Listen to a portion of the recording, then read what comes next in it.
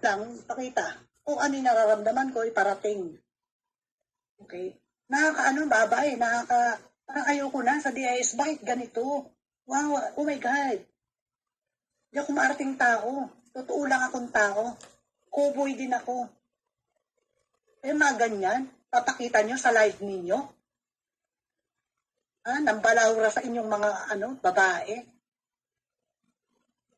Nambalahura sa mga kapamilya mo.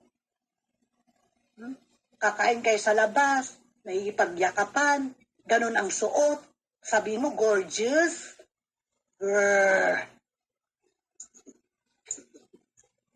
Totoo lang.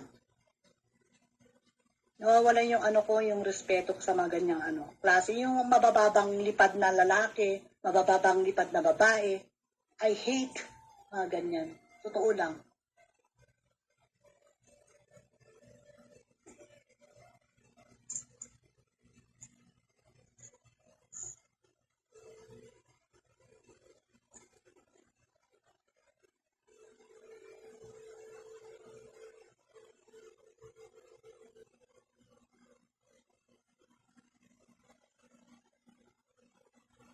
Yung ko kasi kasi gusto ko ay yung kasi, ang channel ng Tatay David, parang karespeto ang gusto ko. Yung may ba, yung elegante.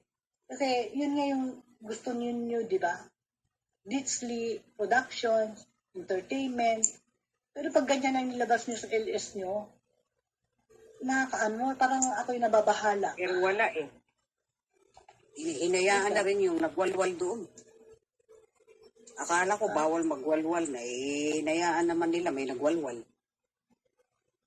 May mga times na gano'n kasi minsan itong si Jeno kasi itong na to ito na didikdikin talaga kita, Jeno. Mula nung nandyan ka, ano na, parang ang bababang ayoko na magsalita kasi nakakasakit na rin ako minsan. Pag real talk kasi ako, lahat sasabihin ko nakikita ko, like them, ganun din naman sila. Tatanggapin ko kung ano yung obserbasyon nila sa akin. Pero at least ako, hindi ako nangihingi in sokmed, hindi ako nagpapakita ng kung ano-ano. Naglalandi, katulad ng mga iba dyan.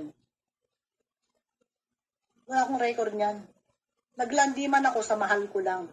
At alam ninyong lahat yan. Kung titirahin naman niyo ako ng para makapanakit kayo, go ahead. Prueba. Yun lang. Huwag ganon. Kasi minsan, pag mas mapusok kayo sa mga babae na mga amoy pabango, huwag ganon, huwag nyo i-public. Nakakahiya kasi.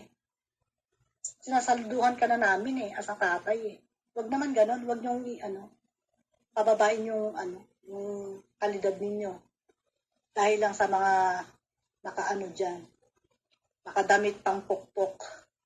O sabihin ninyo, ang ganda-ganda, bango-bango, yakap. Oh my God, talaga ako nang diri. Totoo lang, tatay ko ba to?